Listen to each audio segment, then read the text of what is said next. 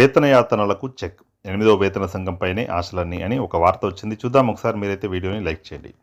భారతదేశంలో 1 కోటి మందికి పైగా ప్రభుత్వ ఉద్యోగులు, పెన్షనర్లు 8వ వేతన సంఘం ఏర్పాటు కోసం ఆసక్తిగా ఎదురుచూస్తున్నారు. ఈ వేతన సంఘం ప్రభుత్వ సిబ్బంది జీతాల పెంపునకు సంబంధించి ప్రభుత్వానికి తన సిఫార్సులను సమర్పించనుంది. అయితే 8వ వేతన సంఘం జనవరి 2026 నుండి అమల్లోకి వచ్చే అవకాశం ఉంది. కేంద్ర ప్రభుత్వం ప్రతి 10 సంవత్సరాలకు ఒక కొత్త పే కమిషన్ సిఫార్సులను అమలు చేస్తుంది. 7వ పే కమిషన్ జనవరి 2016లో అమల్లోకి వచ్చింది. భారతదేశంలో మొదటి పే కమిషన్ 1946 జనవరిలో ఏర్పాటైంది. అయితే ఉద్యోగులు పెరుగుతున్న ఖర్చులతో పోలిస్తే జీతాలు ఆ స్థాయిలో పెరగడం లేదని భావిస్తూ ఉంటారు. ఈ నేపథ్యంలోనే పే కమిషన్ సిఫార్సులపై ఆసక్తి చూపుతూ ఉంటారు. కాబట్టి ప్రస్తుతం 8వ పే కమిషన్ గురించి వివరాలను తెలుసుకుందాం.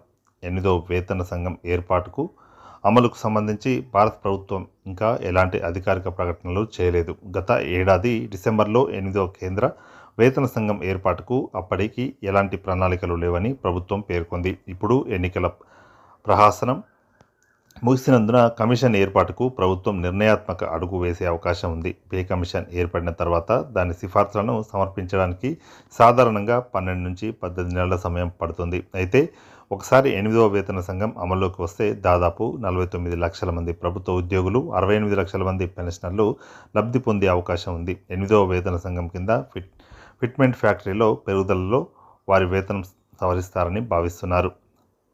నివేదికలు వెల్లడించినట్టుగా ఫిట్మెంట్ ఫ్యాక్టర్ 3.68 రెట్లు సెట్ చేసే అవకాశం ఉంది. ప్రభుత్వ ఉద్యోగుల కనీస వేతనం 18,000 కాగా ఫిట్మెంట్ ఫ్యాక్టర్ పెంపుతో వారి బేసిక్ వేతనం 8,000 పెరిగి 26,000కు చేరనుంది. ఫిట్మెంట్ ఫ్యాక్టర్ అనేది 8వ పే కమిషన్ కింద ఉద్యోగుల జీతాలు పే మ్యాట్రిక్స్తో చేరుకోవడంతో సహాయపడే కీలక సూత్రం. ప్రతిపాదిత 8వ సిపిసి పే స్కేల్లో సమలేఖనంలో ప్రస్తుతం 7వ సిపిసి చెల్లింపునకు సర్దుబాటు చేయడం దీని ప్రధాన పాత్ర. 7వ వేతన సంఘం 2.57 రెట్లు ఫిట్మెంట్ ఫ్యాక్టర్ను ప్రవేశపెట్టింది. దీని ఫలితంగా ఉద్యోగులకు సగటు జీతం సుమారు 14.29% పెరిగింది. తత్ఫలితంగా కనీస వేతన స్కేలు 18,000గా నిర్ణయించారు.